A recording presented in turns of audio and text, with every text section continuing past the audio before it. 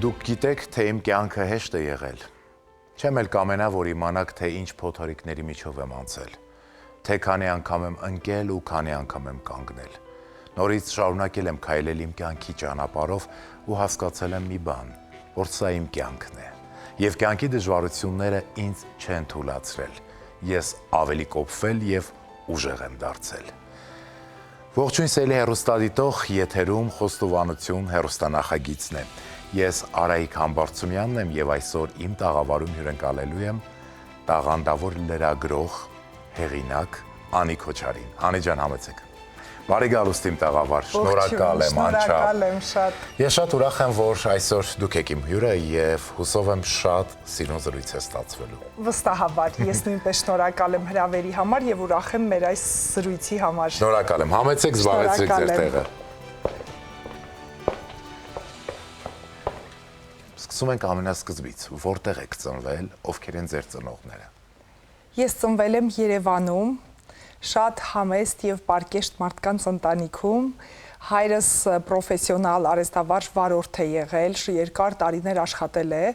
եւ ոչ միայն Հայաստանում, այլ նաեւ Հայաստանից դուրս արտերկրում, երբ շատ երկար ճանապարհներ էին կտրում, անցնում գնում, այնպես որ որպես կանոն հայրիկիս տանը շատ քիչ էինք տեսնում։ Նա գրեթե միշտ դրսերն էր, ինչպես մայրս էր ասում, իսկ մայրս քիմիկ է մասնագիտությամբ, սակայն շատ կարճ է աշխատել իր մասնագիտությամբ, որովհետև Խորհրդային Միությունը փլուզվել է, գործարանները փակվել են եւ այդ մասնագիտությունը այդ տարիներին պահանջարկ չի ունեցել, այնպես որ մայրս շատ շուտով դարձել է պարզապես իր կամքից անկախ տնային տնտեսուհի, իհարկե հետագայում հայրիկիս օգնել է, այդ տարիներին ամենքեր փորձում էին, չէ, մարդիկ աշխատել, գումար հայթայթել, որպեսզի իրենց ընտանիքը կարողանան պահել եւ շատ հաճախ լինում էր, որ մայրս մեծ ապրանքների առևտրով էր զբաղվում, տարբեր մարդկանց էր դա բաժանում, երբ հայրս բերում էր, նրանք վաճառում էին դա, այսինքն ամեն կերպ հորս թևութիկունք էր լինում, որպեսզի այդ մութ ու ցուրտ տարիներին մեզ պահեն եւ պետք է ասեմ, որ շատ լավ են պահել ու ես չունեմ այդ դրամատիկ պատմությունը 90-ականների սոված կյանքի մասին, որևէ բան չեմ կարող պատմել, որովհետև քանի որ ինչպես ասացի, հայրս նաև այնպիսի աշխատանք ուներ, որ գնում էր արտերկիր եւ գալիս էր եւ Փառք Աստծո իր հետ շատ առատ, այսպես ասած, պաշարով էր վերադառնում եւ մենք դա բաժնեկցում էինք բարեկամների, հարևանների հետ եւ Փառք Տիրոջ ինչ որ կերպ այդ մութ ու ցուրտ տարիները մեզ մի փոքր խնայել են այդ իմաստով։ Անգամ հիշում եմ, որ հայրս հատուկ սարք էր բերել, որով էլեկտրաէներգիա էինք կարողանում ունենալ եւ հարևանները հավաքվում էին մեր տանը սերիալներ դիտելու եւ ես այդ սերիալները հիշում եմ։ Ծանոթ պատմություններ։ Այո, այսինքն ծնողներս շատ աշխատասեր մարդիկ են եղել եւ ջանք չեն խնայել, որպեսզի մենք հնարավորինս առանց ցնցումների այդ շրջանն անցնենք ու պետք է ասեմ, որ միշտ սովորել եմ մի բան, որ որևէ աշխատանք ամոթ չէ, ամոթ է, երբ ինչ-որ մեկից ինչ-որ բան է սպասում, ակնկալում, պահանջում եւ ես ինքս էլ իմ ողջ գիտակից կյանքի ընթացքում որքան ինձ հիշում եմ, կապ չունի թե կյանքի ինչ իրավիճակում եմ, միշտ փորձում եմ ինքս գլուխ հանել, որևէ մեկից որևէ բան չսպասել եւ նաեւ չպահանջել, որովհետեւ կարծում եմ պետք է ինքդ քո գլխի ճարը տեսնես, ինչպես ասում են։ Ահա այդպիսի աշխատասեր մարդկանց ընտանիքում եմ մեծացել ու պետք է ասեմ, որ տան փոքրն եմ եղել ու շատ չարաճճի, ինձ մի փոքր նաեւ շատ երես են տվել, որովհետեւ ինձ ունեցել են 10 տարի ընդմիջումից հետո որպեսզի ես տղա ծնվեմ, բայց քանի որ կրկին աղջիկ է ծնվել, անկախ այդ հանգամանքից ինձ փոքր, շատ փոքր տարիքում վերաբերել են որպես տան փոքրին, տղա երեխայի, անգամ թույլ են տվել բաներ, որ ըստ էության պետք է աղջիկ երեխային թույլ չտային, բայց դե Փառք Աստծո մի փոքր մեծանալով ես ինքս սկսեցի թոթափել այդ վատ սովորությունները եւ ինքս ինձ վրա աշխատել։ Ով է ընտրել ձեր անունը, երբևէ հարցել եք ինչու Անի։ Մայրս է ընտրել իմ անունը, վստահաբար, որովհետև հայրս շատ դեպրեսիվ հոգեվիճակում է եղել, երբ ես աղջիկ եմ ծնվել, որովհետև երրորդ աղջիկն եք։ Այո, ես երրորդ աղջիկն եմ ընտանիքի եւ քանի որ այդ տարիներին այնքան զարգացած չէր բժշկությունը տեխնիկապես, որպեսզի հստակ իմանային սեռը, կասկածներ է եղել, որ ավելի շուտ վստահություն է եղել, որ տղա եմ եղել, բայց մայրս ասում է, որ ես արդեն կասկածներ ունեի, որ աղջիկ է ծնվելու, այնպես որ մայրս անունը մտածած է եղել, բայց հայրս քանի որ շատ վատ հոգեվիճակում է եղել, ես սա չեմ թաքցնի, անգամ ծնվելու սորը ծննդատուն չի եկել, մեկ-մեկ հումորով ասում եմ, որ ես քեզանից սրտնեղած եմ, որովհետև դու անգամ ծննդատուն չես եկել։ Եվ ինքն էլ հակադարձում է, ասում է, եթե այն ժամանակ իմանայի, թե ինչ աղջիկ է ծնվել, ասում է, այդքան չէի տրտմի, այնպես որ մայրս է վստահաբար անունս ընտրել եւ առհասարակ, քանի որ մեր դաստիարակությամբ ավելի շատ մայրս է զբաղվել եւ մեզ հետ ավելի շատ ժամանակ մայրս է անցկացրել, գրեթե այն ամենը, ինչ ունեմ այն իմաստով, որ օրինակի տեսանկյունից կամ ինչ-որ բնավորության ձևավորման եւ այլն ավելի շատ որպես օրինակ մորիցս եմ այդ ամենը տեսել։ Անի ջան, ինչպիսի աշակերտու եք եղել դպրոցում։ Շատ ըմբոստ, բայց եւ շատ լավ սովորող, գերազանցիկ եմ եղել եւ իմ շատ ոչ թե անկարգությունները, որովհետեւ այդպես ինքնանպատակ անկարգ չեմ եղել, պարզապես չափից դուրս ակտիվ եմ եղել, ըմբոստ, ընդվզող եւ շատ հաճախ ուսուցչական կազմը կամ տնօրինությունը աչք է փակել իմ մի փոքր չարաճճի տեսակի վրա, որովհետեւ այդպես է, չէ, լավ սովորողներին ներվում է շատ բաներ, այն լուռ ու մունջ միշտ ուսուցիչների հետ համաձայնող աշակերտներից չեմ եղել, ճիշտ հակառակը միշտ հարցախեղ տանող, միշտ հակադարձող, չհամաձայնող, բայց եւ կարծում եմ, որ ինձ պես աշակերտներն են, որ դասապրոցեսին համ ու հոտ են տալիս, ինչ որ կերպ այդ միապաղաղությունը կոտրում են եւ հույս ունեմ, որ շատ չեմ տանջել իմ ուսուցիչներին։ Իսկ դպրոցից հետո ինչպես շարունակվեց ձեր կյանքի ճանապարհը, դպրոցն ավարտեցիք, ուր ընդունվեցիք, բարձրագույն որ հաստատությունը։ Քանի որ ես դեռևս դպրոցում սովորելու տարիներին արդեն սկսել էի լրագրողական կարիերայով զբաղվել, որովհետև աշխատում եմ 13 տարեկանից, իմ առաջին քայլերը սկսել եմ Կանչ մանկապատանեկան թերթից, Արևածաղիկ ամսագրից եւ Հանրային ռադիոյից, եւ այդ տարիներին արդեն վստահաբար որոշված էր, որ ես սովորելու եմ Երևանի Պետական համալսարանի ժուրնալիստիկայի ֆակուլտետում, եւ այդպես էլ եղավ։ Ես դպրոցն ավարտելուն պես դիմեցի ժուրնալիստիկայի ֆակուլտետ, այնուհետև քանի որ գերազանցությամբ ավարտեցի բակալավրիատը եւ կարմիր դիպլոմ ստանալու պարագայում այսպես էր, եթե շատ բարձր էր քո գնահատականները, դու կարողանում էիր ավտոմատ կերպով նստել մագիստրատուրա, ու թեև ես որոշել էի, որ կամ սոցիոլոգիայի կամ հոգեբանության ֆակուլտետում պետք է շարունակեմ իմ մագիստրոսական կրթությունը, ինձ ասացին, Անի, դու այսպիսի հնարավորություն ունես անվճար շարունակելու մագիստրատուրայում եւ մեկ առավելությամբ, որ ժուրնալիստիկայի ֆակուլտետում կար այսպիսի հնարավորություն երկրորդ մասնագիտություն ընտրելու եւ նաեւ դասերի գնալու այդ ֆակուլտետում եւ ես որպես երկրորդ մասնագիտություն ընտրեցի հոգեբանությունը։ Այնպես որ սովորել եմ ԵՊՀ-ում, բայց դա միակ կրթությունը չի եղել։ Մագիստրատուրային զուգահեռ սովորել եմ նաև երիտասարդ լիդերների դպրոցում առաջնորդության, այնուհետև նաև արտերկրում եմ կրթություն ստացել եւ մշտապես ֆորմալ կրթությանը զուգահեռ նաև ստացել եմ ոչ ֆորմալ կրթություն, այսինքն եթե թվարկեմ բոլոր կրթությունները, դրանք 1 տասնյակի են հասնում, որովհետև տեսակով այնպիսի մարդ եմ, որ երբեք չեմ մեծամտանում եւ չեմ բավարարվում ունեցածով եւ չեմ կարծում, որ այ ես հասել եմ։ Միշտ այն կարծիքին եմ, որ մշտապես սովորելու բան ունես, մշտապես առաջ գնալու եւ ինքդ քեզ վրա աշխատելու տեղ ունես, այնպես որ մինչ այսօր էլ սովորում եմ, կարելի ասել։ Բրավո։ Այ որ կետից Անի Քոչարը ավելի հարությանը հայտնի դարձավ, որն էր այդ կետը եւ որտեղից սկսեց Անի Քոչարի լրագրողի մասնագիտության այսպես ավելի մեծ ճանապարհը։ Թերևս պետք է սկսեմ նախ որտեղից եկավ Անի Քոչար կեղծանունը։ Այո, շատ հետաքրքիր է։ Քանի որ ես Արևածաղիկ մանկապատանեկան ամսագրի լավագույն լրագրողներից էի եւ պետք է ընտրեին իրենց լավագույններից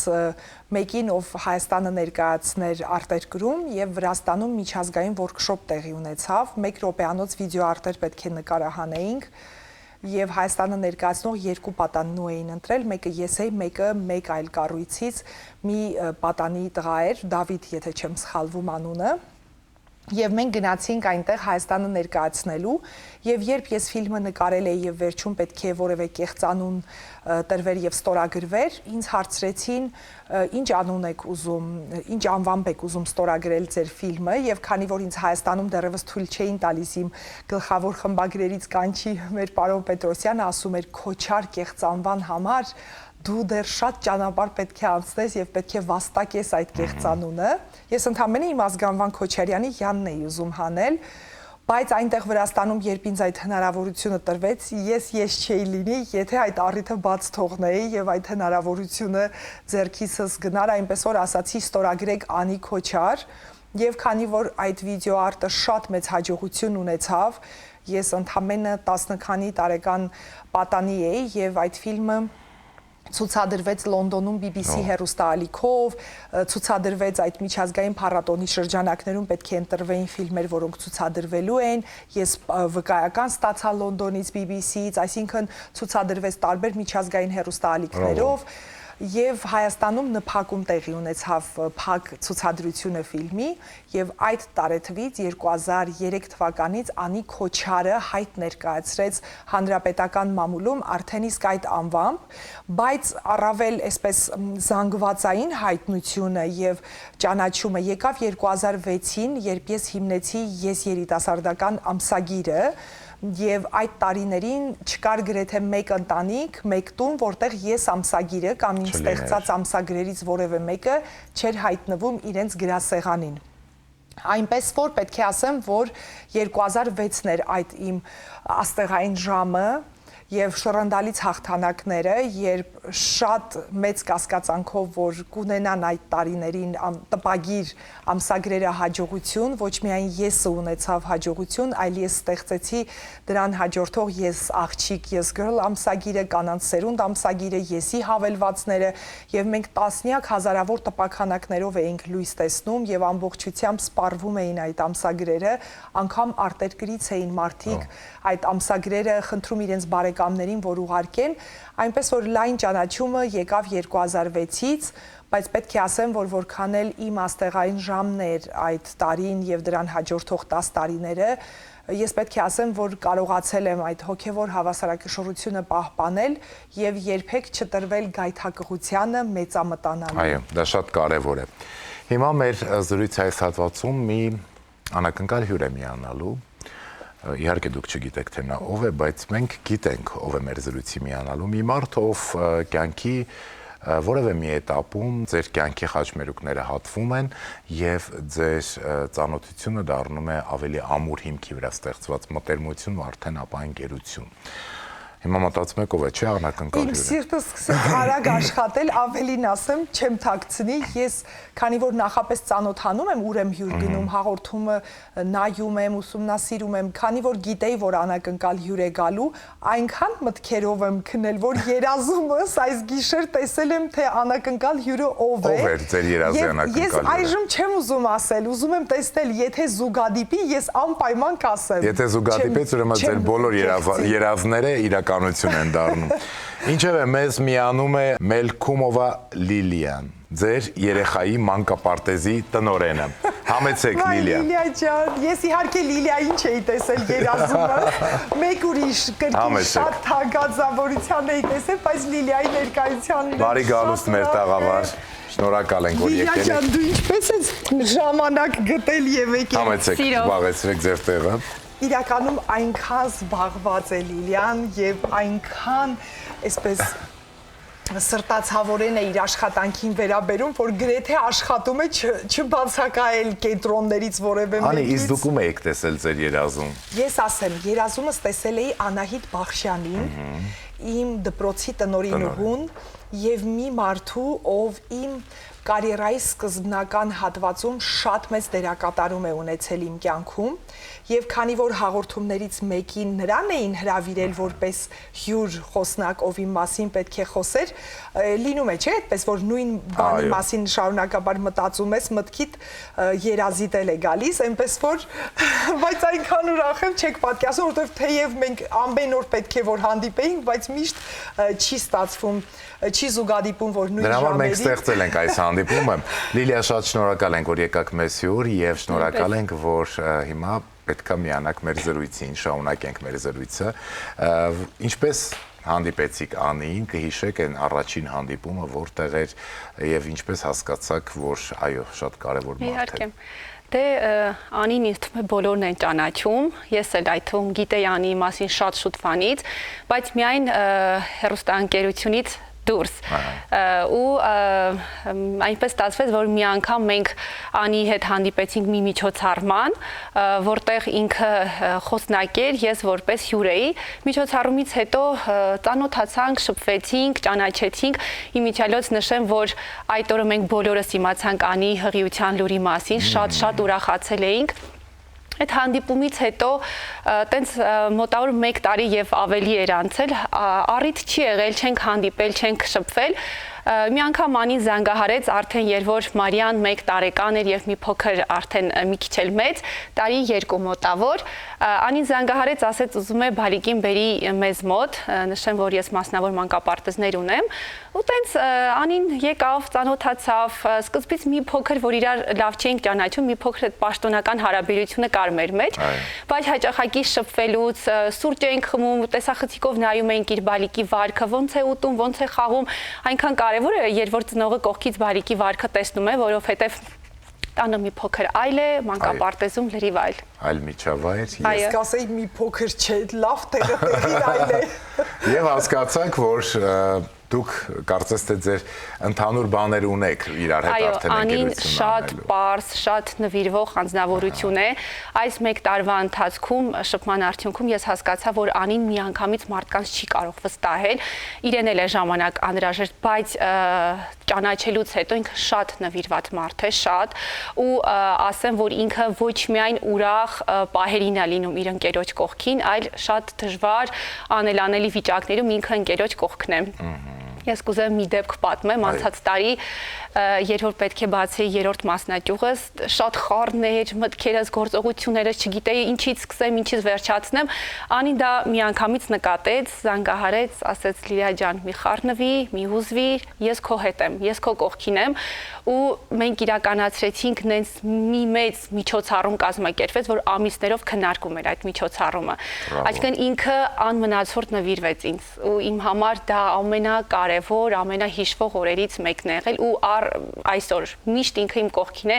թե ուրախության, թե դժվարության ցանկացած պահին ինքը ինձ հետ է, ինքը յուրահատուկ մարդ է։ Շնորհակալ եմ։ Իրականում այստեղ Լիլիան մի փոքր համեստություն արեց եւ շրջանցեց որոշ հատվածներ, բայց ես ուզում եմ անպայման դրա մասին ասել։ Իմ կյանքում շատ դժվար փուլ էր եւ քանի որ ի հայտ էր եկել առողջական շատ լուրջ խնդիրներ, որոնք օնկոլոգիական խնդիրների ոչ թե տրամաբանական շարունակությունն էին, այլ փաստորեն հետևանքն էին եւ դրա մասին մենք չենք իմացել եւ միայն երկրորդ բալիկից ծնվելուց հետո շատ սուր արտահայտվեց սրտի հետ կապված խնդիրները եւ քանի որ Հայաստանում նաեւ իմ բարեկամներից, հարազատներից որևէ մեկը չկա, ընտանիքի անդամները բոլորը արտերկրում են ապրում եւ նաեւ շատ մտերիմ ընկերները բոլորը արտերկրում են ապրում, կարելի ասել ես մենակ էի Հայաստանում եւ հանգամանքների բերումով ամուսինս նույնպես հայրենիքում չէր եւ չէ եւ ստացվում էր, որ ես առողջական լուրջ խնդիրներով 2 երեխայի հետ մենակ էի։ Եվ իրականում Լիլիան միգուցե մի փոքր ամիսները շփոթում է, Մարիան դեռևս նոր էր 1 տարեկան դառնալու, բայց քանի որ ես շատ մեծ աջակցության կարիք ունեի երեխային խնամելու տեսանկյունից, որովհետև ես այսպես բուռն բուժման փուլերում էի, վիրահատություն էր սպասվում եւ ըստ էության բժիշկները արգելել էին ինձ անգամ հեռախոսից ծանր որևէ բան վերցնելը կամ ֆիզիկական ծանրաբեռնվածությունը եւ երբ Լիլիայի հետ խոսեցինք, Լիլիան ասեց, թեև որպես կանոն աշխատում են վերցնել բալիկների, ովքեր գոնե արդեն լիարժեք քայլում են կամ փորձեր են անում ինքնուրույն ուտելու, բայց ինքն ինձ ասաց, որ Անի դու խնդիր չունես, իմացիր թե տատիկ պապիկի տուն ես տանելու երեխուն եւ թեկուզ օրվա մեջ մի քանի ժամով իրեն բեր, որպեսզի դու քանի որ մենակ ես կարողանաս քո գործերը անել ու գլուխ բերել եւ այդ օգնության ձեռքը, որ Լիլիան ինքն էլ շատ չգիտի ինչեր էր կատարվում այդ ժամանակ իմ հոգում եւ իմ ընտանիքում, ինչ փորձություններով էինք անցնում, բայց հենց դա մեզ նաև շատ մտերմացրեց, որովհետև ուրախության եւ հաջողության պահին բոլորը կարող են կողքիդ կանգնել։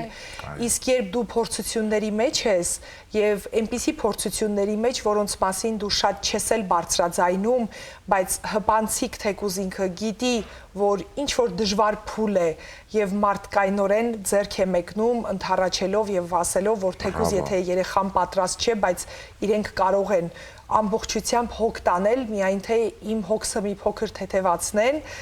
Ես եմ, որ ամեն օր օշնում եմ Լիլիային, իր ընտանիքին, ինքն էլ ունի բալիկներ փոքրիկ, ու շատ եմ ուզում, որ մեր կյանքում շատ լինեն այսպիսի մարդիկ, որոնք որ տողատակերում են անգամ տեսնում, որ դու ինչ որ ցավ ունես թաքցրած, ինչ որ խնդիր ունես,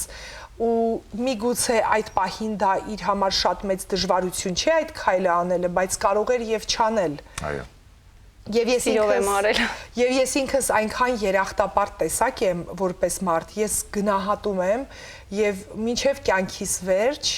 գալու են կրկին այն պայծառ անհոգ օրերը եւ ես ոչ մի օր չեմ մոռանալու, որ այդ ժամանակ բազմաթիվ ընկերներ, բարեկամներ, ծանոթներ, ովքեր շատ լավ իմանալով ինչ է կատարվում, չտենալու եւ չլսելու էին տալիս եւ պատրվակներ էին փնտրում անհետանալու, հայտնվում է Լիլիայի նման լուսավոր մի մարդ, ով լուր, առանց պաթոսի, առանց վերամբարձ խոսքեր ասելու, ուղղակի ձեռքդ բռնում է եւ կրկնում եմ, այդ գուցե շատերին թվա ինչ է, որ սովորական մի բան է բալիկի մանկապարտեզ գնալը, բայց մարդիկ պարզապես չգիտեն իմ իրավիճակը, որ ես այնպիսի օրեր էի ունենում, որ անկողնուց անգամ շատ դժվար էի վեր կենում, ու պետքա չհուզվեմ, որ Լիլիան էլ չհուզվի, բայց ես շատ ուրախ եմ, որ Լիլիան իմ կյանքում հայտնվեց այդ փորձության պահին, որովհետև կարծես Աստված նրան ուղարկած լիներ ինձ համար, որովհետև տարածքային էլ չէ, պետք է հարմար լինի քեզ մանկապարտեզը, եւ քանի որ որդուս դպրոցի հենց դեմ դիմաց է Լիլիայի մանկապարտեզը, ինձ շատ հարմար էր, ու այն որ ասում եմ, կարծես Աստված այն ամենադժվար պահերին քո կյանքում քո ճանապարհին դնում է մարդկանց, ովքեր գալիս են ինչ որ միտեղ նաև քեզ փրկելու, փրկողակ դառնալու այդ խեղդվելուտ պահին ու նորից ու նորից շնորհակալ եմ։ Ինքը գիտի ես իրեն ինչքան շնորհակալ եմ, որտեվ ես երբեք ժուժկալ չեմ իմ սիրո դրսևորումներում եւ արտահայտչամիջոցներում, ես իմ այն աշխարհից ետ գալուց հետո 18 թվականից հետո հասկացել եմ մի բան, որ պետք է կենթանության օրոք մարդկանց ասես, որքան ես սիրում, գնահատում եւ որքան ես երախտապարտ, որովհետեւ հետո դա ոչ մեկին պետք չէ, այնպես որ ես միշտ, եթե սիրում եմ, նվիրվում եմ, դա անում եմ անմնացորդ եւ նաեւ չեմ խնայում բառեր, ջերմ դրսևորումներ, որովհետև գիտեմ, որ տվյալ մարդուն էլ վստահաբար դա հաճելի կլինի։ Շնորհակալ եմ։ Դուք խոսում եք, ես ձեր փոխարեն հուզվում եմ, ձեզ հետ միասին հուզվում եմ, շաքաղում եմ եւ գիտեք, սա այն պատմությունն էր, որ ես էլ եմ ուզում ձեզ շնորհակալություն ասել։ Իրականում ասում են, չէ, կյանքում Աստված մարդկանց օգնում է ուղարկված մարդկանց միջոցով։ Սա հենց այդ դեպքն է անի, որովհետև այլ կերպ չի կարող օգնությունը տեղ հասնել։ Նույն բժիշկները, որ մարդկանց բժշկում են, էլ Աստծո գործն է, չէ, ուղարկված մարդիկ են, մարդիկ եկել են մարդուն բժշկելու։ Եվ կյանքում, երբ որ հանդիպում ես բարի, ազնիվ ու անկեղծ մարդու, ով ձեռք է մեկնում հարկեղած ժամանակ, դա այս գնահատականին է արժանանում։ Ես մեծ հաճույքով եմ արել։ Անի, Սիրով։ ձեր տեսակը շատ լավն է։ Ես էլ իդեպ շարունակելով խոսքդ ասեմ, որ միշտ այսպիսի ձևակերպում եմ տալիս, որ Աստված մեր խնդրանքներին պատասխանում է այլ մարդկանց միջոցով, որովհետև իմ կյանքում էլ բազմաթիվ անգամներ եղել է, որ ինչ որ մեկի աղոթքի պատասխանն եմ ես դարձել։ Նա ինչ որ բան է աղոթել, ինչ որ կարիքի մեջ է եղել, ինչ որ օգնության անհրաժեշտություն է ունեցել, եւ ես եմ վրա հասել եւ այդ օգնությունը ցուցաբերել եւ ստացվել է, որ ես դարձել եմ տվյալ մարդու աղոթքի պատասխանը եւ այո Լիլիան էլ իմ աղոթքներից մեկի պատասխանն է դարձել ու ես վստահ եմ որ այդ ամբողջ օրհնությունները լի վերադառնալու է Լիլիային որտեվ կյանքի օրենքն է այդպես մենք շրջանառության մեջ ենք դնում լույս, սեր, դրական էներգետիկա, ջերմություն եւ դա մեզ հետ է վերադառնում ու ուզում եմ որ դա առատորեն հետ վերադառնա Շնորհակալ եմ, շատ հաճելի է։ Լիլիա ջան, ինչ կմաղթեք Անին։ Ես Անին կմաղթեմ այն ամենամաքսիմալ առողջությունը, որ ինքս ինձ կցանկանամ, ուզում եմ միշտ առողջ լինի, երջանիկ լինի, շրջապատված լինի լավ ու բարի մարդկանցով։ Հաջողությունը միշտ քեզ ուղեկից լինի, Անի ջան, իսկ արևը միշտ շողշողա քո գլխավերևում։ Դու այն յուրահատուկ մարդ տեսակն ես, ով իմ կյանքում երբևէ եղել է։ Շնորհակալ որ կասի կյանքում։ Շատ սիրուն ջերմ հատված ստացվեց։ Դեռ այնքան ջերմ հատվածներ կլինեն այս եթերում Անի։ Լիլիա, ձեզ շնորհակալ ենք, որ եկաք մեզ հյուր եւ շնորհակալ ենք, որ այդքան մեծ սիրտ ու բարի սիրտ ունեք եւ առհասարակ երեխաների հետ աշխատելը այդքան էլ հեշտ գործ չէ, դա էլ բարի գործ է իրականում։ Ձեզ շնորհակալ ենք, որ միացաք մեր Ես նույնպես շատ շնորհակալ եմ հրավերի համար։ Առողջ եղեք, երջանիկ եղեք, մի ժպտացեք։ Դուք էլ ժպտացեք, սիրելի հեռուստադիտող, որովհետև այդպիսով ավելացնում եք ձեր կյանքի արևի չափաբաժինը։ Ժպտացեք ու այդ ժպիտը թող տաքասի նաև ձեր դիմացինին։ Մենք քիչ հետո կվերադառնանք ու կշարունակենք մեր զրույցը։ Իմ շատ սիրելի եւ հավատարիմ հեռուստադիտող, շնորհակալ եմ, որ շարունակում եք մնալ անդավաճան հետևում եք եւ հեռուստաեթերից եւ մեր on-line հարթակներից։ Եթե դեռ չեք հասցրել այս եթերը տեսնել ամենասկզբից, մտնում եք YouTube-յան ալիք, փնտրում եք Արայիկ Համբարձումյան էջը, այնտեղ տեսնում եք մեր բոլոր եթերները։ Իդեպ չմոռանաք թողնել ձեր առաջարկները եւ մեկնաբանությունները։ Շնորհակալ եմ բոլորիդ։ Իսկ մենք շարունակում ենք մեր զրույցը մեր շատ սիրելի Անի Քոչարի հետ։ Անի, բոլորը գիտեն, որ ձեր կյանքում բարդ շրջան էր սկսվել կապված առողջական խնդիրների հետ եւ բոլորը ուրախացան, երբ իմացան Անին հաղթահարել է։ Եվ այսօր դուք կարծես դարձել եք օրինակ նման խնդիրներով մարդկանց համար եւ ես շատ եմ լսել իմ շրջապատում, որ ասում են, տեսակ Անի Քոչարը ոնց հաղթահարեց, տեսակ Անի Քոչարի ինչ ուժեղ էր, տեսակ Անի Քոչարի ինչ կամք ուներ եւ ինչ ուժ ուներ։ Ինչ էր այդ հիվանդությունը, ինչ էր, ոնց էր, մի փոքր խոսենք դրա մասին։ Թեև շատերն էլ չարախոսում են, որ արդեն շատ եմ խոսում այդ մասին եւ PR եմ անում դրա հաշվին, բայց իրականում սիրելի չարախոսողներ, հավատացեք, ինձ շատ ավելի հեշտ կլիներ առհասարակ այդ էջը փակել, երբևէ չանդրադառնալ այդ դժվարին օրերին եւ պարզապես ապրել անհոգ, այն որ ասում են անդարդ գլուխը դարտի տակ չդնել։ Բայց շատ մեծ բեռ եմ ես վերցրել իմ ուսերին եւ շատ մեծ առաքելություն շարունակելու խոսել, իրազեկել, որպեսզի մարդիկ հաճախ հետազոտվեն, հետևողական լինեն, երբեք չհանձնվեն, որովհետեւ այս հիվանդության հիմքում նաեւ հոգեսոմատիկան է եւ պսիխոսոմատիկան շատ կարեւոր է ապաքինման հարցում, երբ դու պարտվողական ես տրամադրվում, երբ չես հավատում բուժմանդ, չես էլ տեսնի այդ հաղթանակը եւ պետք է ասեմ, որ ցավոք շատ մարդիկ, ովքեր ինձ դիմում են աջակցության համար եւ ես դառնում եմ նրանց կյանքի մի մասը եւ հետեւում եմ ընթացքին, եթե հանկարծ պարտվողական խոսքեր եմ լսում, որ այլևս ուժ չունեմ, հոգնել եմ, հերիք է, ինչ լինում է թող լինի, իմ սիրտը այդ պահից սկսում է էլ ավելի ցավել, որովհետեւ ես գիտեմ, որ արդեն պարտությունը մոտ է, որովհետեւ եթե դու տրամադրվում ես, որ այլևս հաղթանակ չես տոնելու եւ չունես ուժ շարունակելու, այնքան արագ ես սկսում այդ հրեշը քեզ խժռել։ Դրա համար իմ խորհուրդն է եւ պատահական չէ, որ իմ գիրքը հենց կոչվում է հանձնվել չկա, որովհետեւ ամբողջ ուղերձը հենց դա է, որ որևէ պարագայում չհանձնվել։ Իհարկե շատ երկար կարող եմ այդ խնդրի մասին խոսել, բայց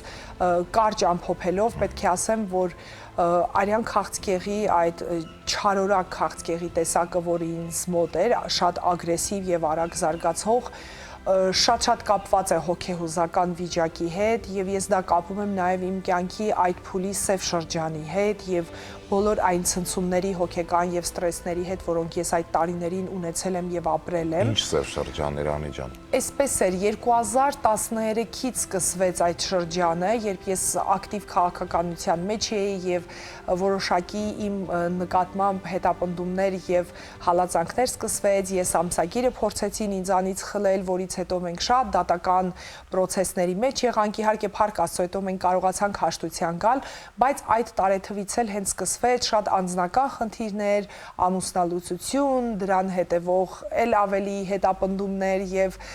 մի խոսքով շատ սև շրջան, որը որ մեկ խնդիր չէ, երկու խնդիր չէ եւ քանի որ նաեւ Հայաստանում չէինք այդ ժամանակ, ստացվում էր, որ ես 1-2 տարում կորցրեցի իմ տարիների չարչարանքով ստեղծած ես ամսագիրը Անի Քոչար Production-ը, անձնական կյանք, ընտանիք, շատ բաներ։ Ինչ որ թանկ էր ձեզ համար կարծես։ Այսինքն այն ամենը ես այսպես եմ բնութագրում, որ այդ տարիներին ես կորցրեցի հայրենիքս, տունս, ընտանիքս, իմ սիրելի աշխատանքը, իմ տարիներով կառուցված կարիերան, որովհետև ես այն մարդկանցից եմ, ովքեր իրենց զրոյից կերտել են։ Ես այնպիսի ընտանիքից չեմ եղել, որտեղ ինձ սկուտեղի վրա ամեն բան մատուցվել է եւ ամեն բան այսպես ձեռքի մի հարվածով տրվել է ինձ։ Այն ամենին, ինչին ես հասել եմ քրտնաջան աշխատանքի, օրնիբուն աշխատելու, բազմաթիվ կրթություններ ստանալու, աշխատանքային փորձ ձեռք բերելու շնորհիվ։ Եվ այդ շատ ծանր շրջանից հետո հաջորդեց այդ ախտորոշումը ու պետք է ասեմ, որ ես իսկապես մարտիկի նման մաքարել եմ իմ կյանքի համար եւ այո, ես շատ ուժեղ եմ գտնվել, որ ոչ մի րոպե չեմ մտածել, որ ես պարտվելու եմ այդ հիվանդությանը, միշտ հումորով ասում էի, տեսնենք ով ում։ Եվ ես երբեք չի համակերպվի այն մտքի հետ, որ հիվանդությունը ինձ եւ ոչ թե ես իրեն։ Ու այդպես լավատեսորեն էլ մինչև վերջին վայրկյանը անգամ ամենադժվարին պահերին, որ թվում էր թե այլևս ելք չի լինելու, ես տեսնում էի այդ լույսը եւ տիրոջ ձեռքը ամուր բռնած քայլել եմ մինչև այդ հաղթական պսակին արժանանալը։ Իսկ ով էր այդ դժվար պահին ձեր կողքին Անի։ Ավակ քույրս, քանի որ մենք Գերմանիայում էինք այդ ժամանակ եւ ես քույրիկիս հետ էի ապրում, մենք միասին էինք եւ իմ այդ ողջ դժոխային ճանապարհը ավակ քույրս է ինձ հետ անցել իր մանկահասակ բալիկի հետ, մանանիկս ոտքերից տակ մեծացավ հիվանդանոցում, որովհետեւ 3 տարեկան էր ընդամենը եւ դեռևս մանկապարտեզ չէր հաճախում եւ իմ մահճակալին ոտքերիս մոտ մի անկյունում ծվարում էր երեխեն, ցերեկվա իր քունն էր ունենում իր ամբողջ եւ ժամանց եւ ամեն խաղ, ամեն բան կազմակերպվում էր իմ հիվանդասենյակում եւ քանի որ ես ամիսներ եմ անցկացրել հիվանդանոցում, նրանք էլ ինձ հետ, բայց գիշերվա ժամերին երբ mən մենակ էի, որովհետեւ Գերմանիայում չի թույլատրվում, որպեսզի խնամող կամ ուղեկցող որևէ մեկը քեզ հետ գիշերեն, ես մենակ էի մնում իմ Աստծո հետ եւ իմ ողջ երկխոսությունները եւ բաներ, որոնց մասին այդ ժամանակ անգամ հարազատներիս չէի ասի, հետո միայն դրանք պետք է գրքի էջերում հայտնվեին, ես նրա հետ էի երկխոսում եւ աղերսում էի կյանք, ոչ թե ինձ համար, այլ որդուս, որովհետեւ ես խնդրում էի, որպեսզի ինձ հնարավորություն տա որդուս մեծացնել, բայց ես ապրեցի, որ ապրեցնեմ, ես այսօր նոր կյանք եմ տվել եւ իմ երկրորդ բալիկը, որ ծնվեց ի հեճուկս բոլոր կանխատեսումներին բացասական, ես միշտ հետ եմ նայում եւ ասում եմ Աստված իմ կյանքը որքան անկանխատեսելի կարող է լինել։ Տարիներ առաջ ես կյանք էի աղերսում Տիրոջից, իսկ այսօր նա ոչ միայն ինձ կյանք է տվել, այլ նաեւ ինձ հնարավորություն է տվել եւս մեկ մարդու կյանք տալ եւ լույս աշխարհ բերել, եւ Տիրոջ այդ հրաշքների մասին ես չեմ կարող չբարձրաձայնել ու չվկայել, որովհետեւ շատ մարդիկ հենց այս կենթանի օրինակներով է, որ դառնում են դեպի Տերը եւ հասկանում են, որ երբ փորձություններից չես չարանում, սիրտդ չես փակում եւ վստահում ես Տիրոջ ծրագրին, ապա ինչպես Սուրբ գրքում է ասվում, Տիրոջը ապավինողը ամոթով չի մնում։ Անի, իսկ ինչու ամուսնալուծվեցիք, որտեղ բոլորը խոսում են, որ Անին երջանիկ է, կազմել է գեղեցիկ ընտանիք, ինչն էր, այսինքն ինչ կար, այդտեղ ինչ պակաս կամ բաց կար։ Արայիկ ջան, իրականում ես չեմ ցանկանա այս թեմային անդրադառնալ, որովհետև դա ինձ համար փակ էջ է եւ նաեւ փորձում եմ տղայիս արժանապատվության տեսանկյունից այդ ամենին նայել, որովհետև նա շատ մեծ է եւ թեև բոլոր հարցազրույցներում հնչում է այս հարցը, բայց ես հայցում եմ ձեր ներողամտությունը այս թեմային չանդրադառնալու, որովհետև իմ ընտրությունը այս կամ այն թեմայի մասին խոսելու սահմանափակվում է ճիշտ այնտեղ, որտեղ սկսվում է իմ որդու կամ ընտանիքի մյուս անդամների իրավունքը այդ ամենը չհանրայնացնելու։ Իսկ ես շատ եմ հարգում նաև ընտանիքիս մյուս անդամների իրավունքները, այնպես որ բայց մի բան կարող եմ հստակ ասել, որ մարդիկ հենց այնպես այդ որոշմանը չեն գալիս, հատկապես ինձպես մարդիկ, ովքեր ես տեսակով շատ պահպանողական են, որքան էլ առաջադեմ եւ ազատամիտ մտքեր ունեն որպես ստեղծագործ մարդ, բայց կրկնապատիկ, պահպանողական եւ շատ այսպես կոնսերվատիվ տեսակ եմ եւ շատ չեմ սիրում վայրիվերումներ ու փոփոխություններ անձնական կյանքում, այնպես որ այդ որոշումը ինձ շատ դժվար է տրվել, բայց տեսակով էլ այնպիսին եմ, որ եթե գալիս եմ այդ դժվար որոշումներին, դրանք վերջնական են եւ այլևս քննարկման ենթակա չեն։ Այսօր ունեք գեղեցիկ ընտանիք, ամուսին, փոքրիկ բալիկ, Մարիան, այս ամուսնուն որտեղ հանդիպեցիք։ Այս ամուսնու ընդհանրապես սիրո ողջ պատմությունը իմ երկրորդ գրքի թեման է դեպ, ովքեր ծանոթ չեն, կյանքը երկրորդ փորձից եւ երբեմն ասում եմ, որ կարծես մերօրյա հեքիաթ լինի իմ այս սիրո պատմությունը, որովհետեւ շատ ինչ որ անիրական է եւ պետք է ասեմ, որ իմ ամուսինը ինձ առաջին անգամ տեսել է իմ քաչալիկ նկարով, երբ ես քիմիաթերապիաներից հետո իմ մազերը կորցրել էի եւ ընդամենը այդպիսի մեկ լուսանկար ունեի, որը որ հետո միայն բուժումներից հետո իմ Facebook-յան էջում էր հայտնվել եւ նա այդ լուսանկարն էր պատահաբար տեսել, շատ երկար պատմություն է դեպ մեր այս պատմությունը, բայց սա ինչու է միշտ շեշտադրված ասում, որովհետև Հայաստանում երկար տարիներ ես ականատես եմ եղել, երբ հատկապես աղջիկ երեխաների առողջական խնդիրները թաքցրել են, դա տաբու թեմա է եղել, որովհետև մարդիկ մտածում էին եւ այսօր էլ շատերը մտածում են, որ այդ աղջիկը դեռ պետք է մեծանա եւ ընտանիք կազմի, ով կուզի առողջական խնդիր ունեցած մարդու հետ ամուսնանալ եւ այլն, եւ ես նաեւ գալիս եմ այդ կարծրատիպերը, այսպես ասած կոտրելու, որովհետև ես կարծում եմ, երբ ազնիվ ես եւ բաց ես դիմացինիդ հետ եւ չես թաքցնում, կեղծում, ստում, որովհետև ես բազմաթիվ նաեւ պատմություններ գիտեմ, երբ տարբեր գենետիկ հիվանդություններ թաքցնելով ամուսնանում են եւ արդյունքում ծնվում են առողջական խնդիր ունեցող երեխաներ, բայց ես երբեք չեմ էլ մտածել այդ մասին, որ կրկին ընտանիք եմ կազմելու, որովհետև շատ հիասթափված եւ կոտրված է եւ այլևս չի վստահում հակառակ սեռին, բայց նա այդպես շատ հախուռն այսպես նետվեց իմ կյանք, իմ կարծիքը փոխեց եւ նաեւ ինչ որտեղ պայքարեց, որ ես փոխեմ իմ կարծիքն ու որոշումը, որովհետեւ ես ոչ միայն նախկինում չէի ուզում, առողջական խնդրից հետո առհասարակ չէի ուզում, որովհետև մտածում էի, որ դիմացինից պետք է որ մտնի այդպիսի անորոշ մի անկյուն, որովհետև օնկոլոգիական խնդիրներն այնպիսին են, դու դեռևս 5 տարի, 7 տարի չգիտես, թե քեզ ամեն տարի ինչ է սպասվում, որովհետև ռեցիդիվը կարող է ամեն պահ վրա հասնել եւ հիվանդությունը կրկնվել, այնպես որ ես նրան ասում էի իմաստ չունի, քեզ դա պետք չէ, երիտասարդ համակրելի տղամարդ ես, վստահաբար կգտնես քո կեսին, բայց այնպես ստացվեց, որ նա առավել համառ էր ու պետք է ասեմ, որ մեր սիրո պատմությունը շատ հեքիաթային սկսվեց եւ շատ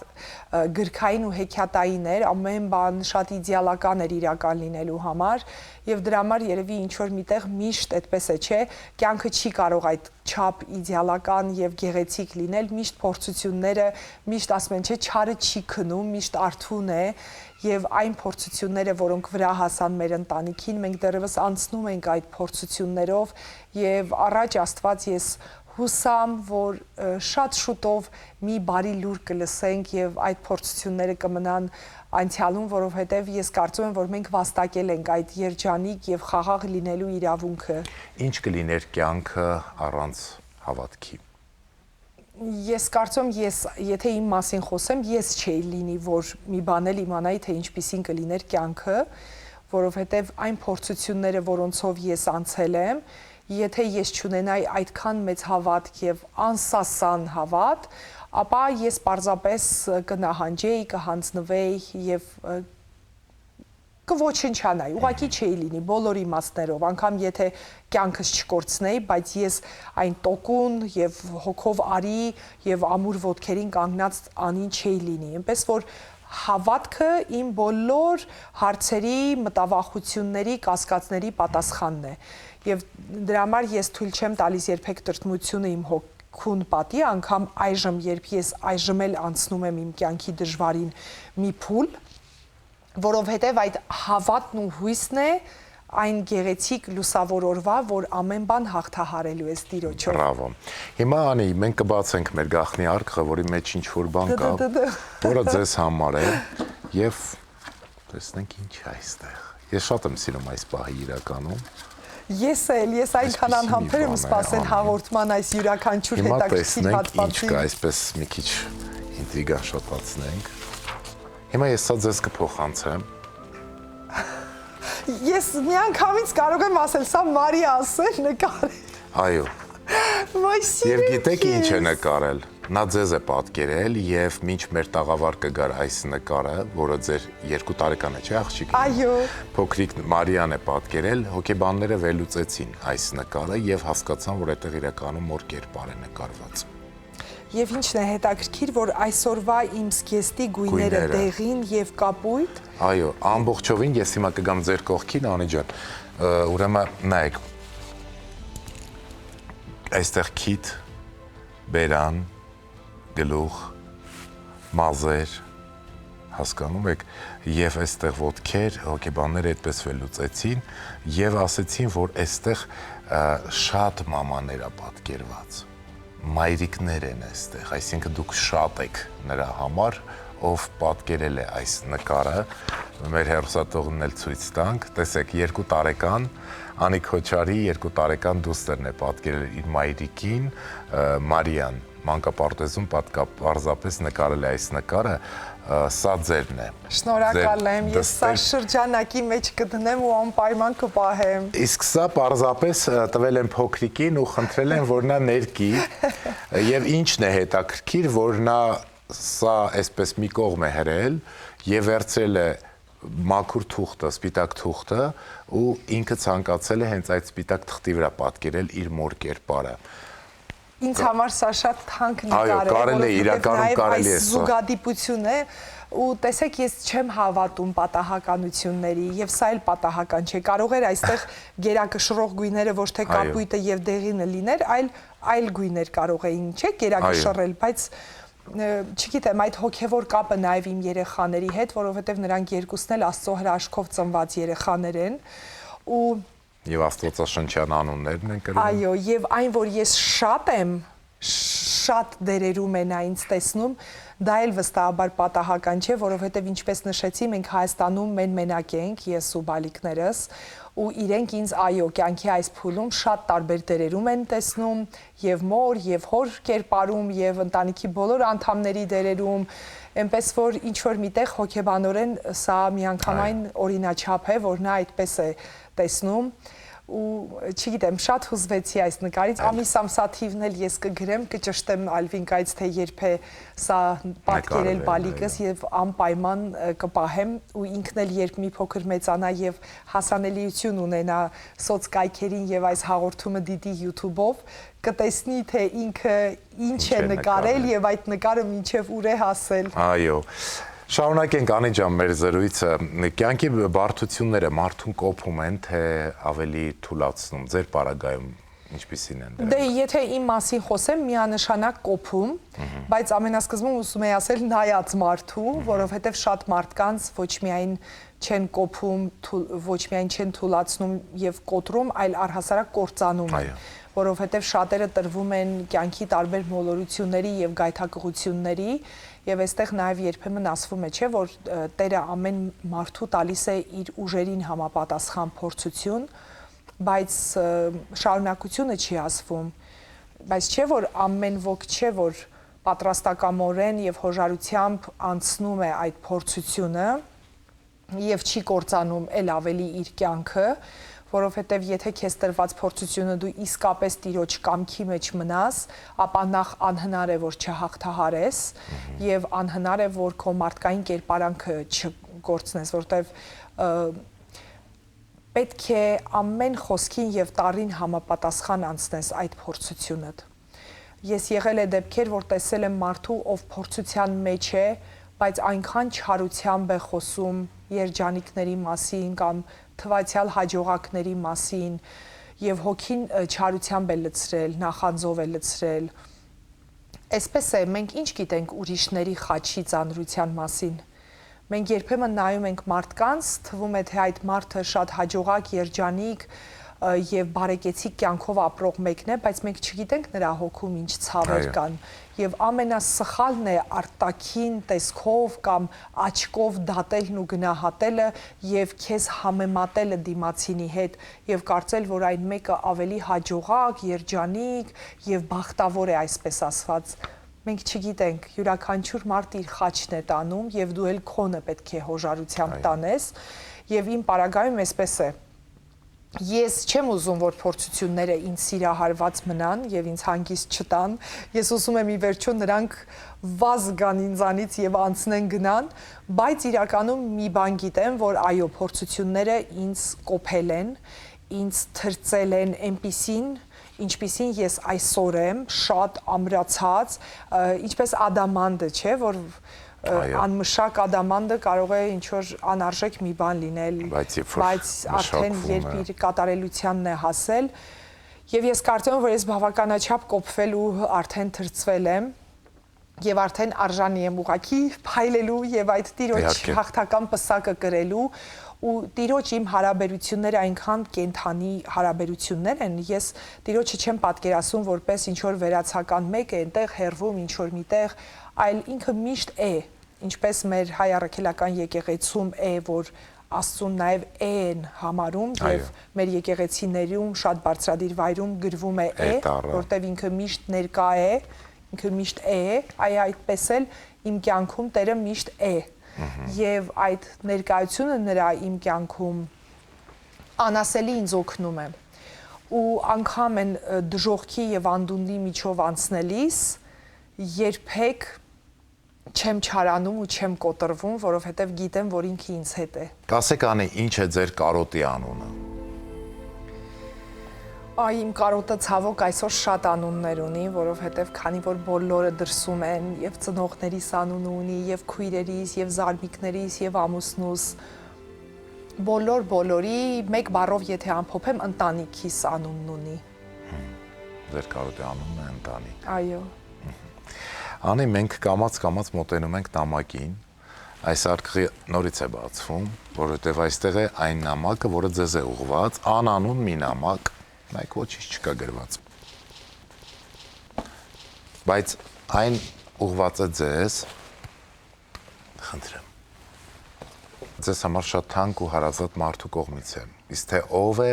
եթե չգուշակեք, ես ձեզ անպայման հուշելու եմ, միայն խնդրում եմ բարձր կարդալ։ Ոյ, շատ հետաքրքիր է ով է գրել այս նամակը։ Ողջույն Անի ջան, կյանքում լինում են հանդիպումներ, որոնք ինչ-որ բան փոխում են կյանքում, լուռ, բայց անդառնալի։ Դու եկար եւ դարձար հենց այդ փոփոխությունը։ Դու այն կնոջ տեսակն ես, ով կյանքին նայում է ուղիղ աչքերի մեջ, առանց վախենալու։ Անցել ես ցավի ու դժվարությունների միջով, բայց չես կոտրվել։ Ընդհակառակը դարձել ես ավելի ուժեղ ու լուսավոր։ Դու կանգնել ես եւ շարունակել ես քայլել, նույնիսկ այն ժամանակ, երբ թվում էր, թե ուժ այլևս չկա։ Դու ապացուցել ես, որ չհանձնվելը պարզապես բառ չէ, այլ ապրելու ձև։ Դու այն մարդն ես, որի գոյությունն ինքնին հրաշք է, այն մայրը, ով կարողացել է ցավի միջից կյանք ծնել ու սեր տալ, այն կինը, ով նույնիսկ իր կյանքի ամենածանր օրերին կարողացել է լույս լինել ուրիշների եւ նաեւ ինձ համար։ Չգիտեմ, թե երբ եւ ինչպես, բայց դու դարձել ես ինձ համար ավելին, քան պարզապես։ Դու այն մարդն ես, ում հետ առաջինն եմ ուզում կիսվել իմ ուրախությամբ ու մտքերով։ Քեզ հետ հանդիպումը հրաշք էր, որի մեջ այսօր մենք ապրում ենք։ Այսօր ուզում եմ պարզապես ասել, թե որքան կարևոր ես ինձ համար եւ սրտանց մաղթել, թող քո երջանկությունը լինի ամբողջական ու լիարժեք, այնքան իրական, որ երբեմն ինքդ էլ չհավատաս, որ դա քոնն է, եւ թող գա այն օրը, երբ դու այլևս չասես պայքարել եմ, այլ պարզապես ես երջանիկ եմ։ Եվ եթե այս նամակը կարդալիս մի պահ ժպտաս ու մտածես, թե ով կարող էր այսպես զգալ, ապա պարզապես լսիր սրտիդ, դու արդեն գիտես, անչափ կարոտած քո ով էլի։ Ոչ։ Այս կարոտածը ինձ ստիպեց մտածել, որ գուցե քույրս է, բայց եթե քույրս չէ, բայց էլի կարոտած է։ Նամակը եկել է Ամերիկայի Միացյալ Նահանգներից։ Ուրեմն եթե Ամերիկայի Միացյալ Նահանգներից է,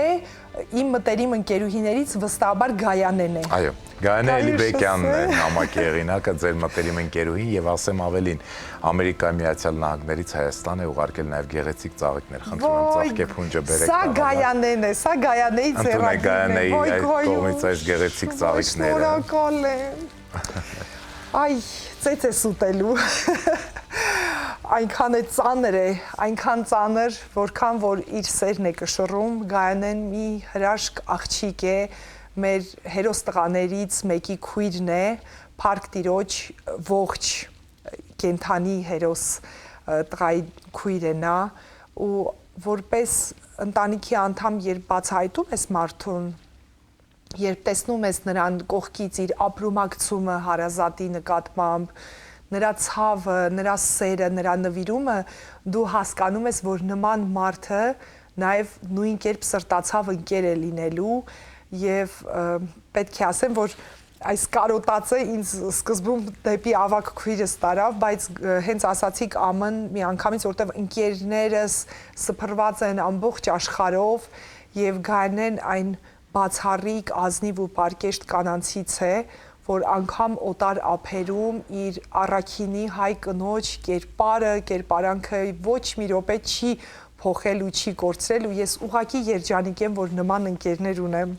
Գայանե ջան, շնորհակալ ենք, որ Ամերիկայի Միացյալ Նահանգներից Երևան եւ մեր տաղավար ուղարկել եք այն գեղեցիկ խոսքերով հագեցած նամակը, որը շատ հաճելի է Անի Քոչարի սրտին եւ հուզեց նաեւ Անիին։ Անի, ձեզ էլ շատ շնորհակալ ենք, որ եկաք մեզ հյուր, կիսվեցիք ձեր կյանքի պատմությամբ, այսքան անկեղծ զրույց ունեցանք եւ ես գիտեք ինչ եմ ուզում։